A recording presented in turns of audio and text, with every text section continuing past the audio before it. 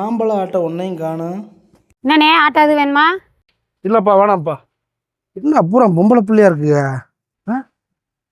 என்ன பொம்பளை பிள்ளை ஆட்டோ சங்கமா?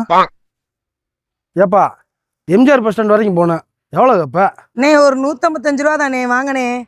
155? ஒரு கோட்டு காசு கேட்குது இந்த பிள்ளை வாட்டுக்கு. 100 ரூபா அண்ணன் தர இறக்கி விடு. இல்லண்ணே மீட்ரு கணக்கே அதானே, 155 ரூபா தானே வரும். ஐயாடியோ.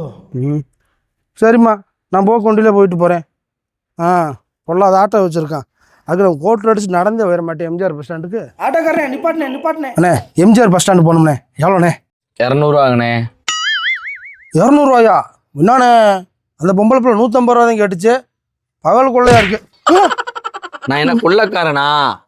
மதுரைக்குள்ள எங்கேயாவது உன்னை பார்த்தேன் கொண்டே போடுவேன்.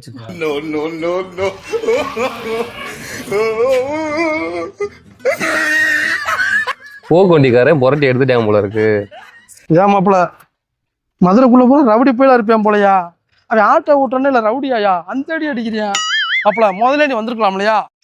நீ வந்திருந்தே எனக்கு இந்த அடி விழுந்திருக்காதியா? ஆட்டோ ஓட்டலாம் ரவுடி பையல்ல, நீதே ரவுடி பைய வண்டியில ஏறி இருக்க. உனையாரு போற வண்டியில போக்கத்த வண்டியில ஏற சொன்னது? சன் மீட்டர் ஆட்டோவை புக் பண்ணி வந்துருக்க வேண்டியதானே?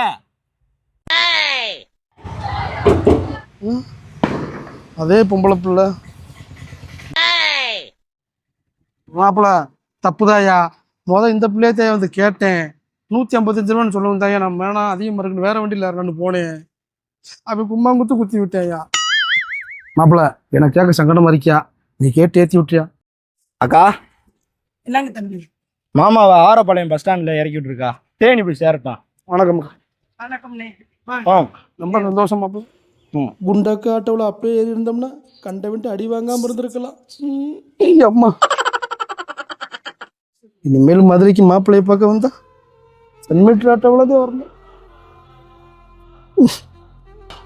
ஆமாடி, சன் மீட்டரில் ஜாயின் பண்ணேன்டி. அதில் என்னோட ஆட்டோ லோன் எல்லாத்தையும் அடிச்சு இன்னைக்கு ஒரு ஆட்டோவுக்கு நான் ஓனராக இருக்கேன். எனக்கு எல்லாமே இந்த சன் மீட்டரில் எனக்கு சவாரி கொடுத்தனால தாண்டி நடந்துச்சு.